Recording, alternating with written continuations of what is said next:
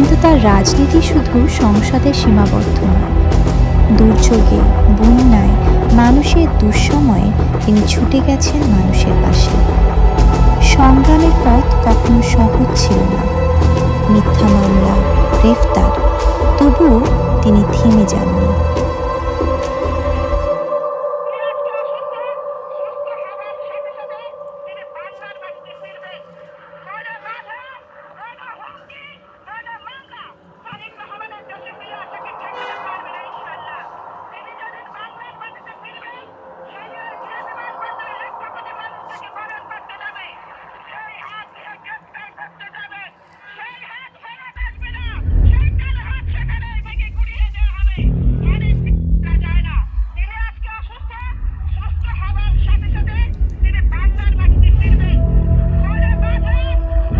সংগ্রামের সেই পথ চলা আজও অব্যাহত। মানুষের অধিকার প্রতিষ্ঠার লড়াইয়ে তিনি এখনও অঙ্গীকারবদ্ধ। জনাবা রেহানা আক্তার রানু ত্রয়োদশ জাতীয় সংসদ নির্বাচনে সংরক্ষিত নারী আসনে বিএনপির মনোনয়ন প্রত্যাশী।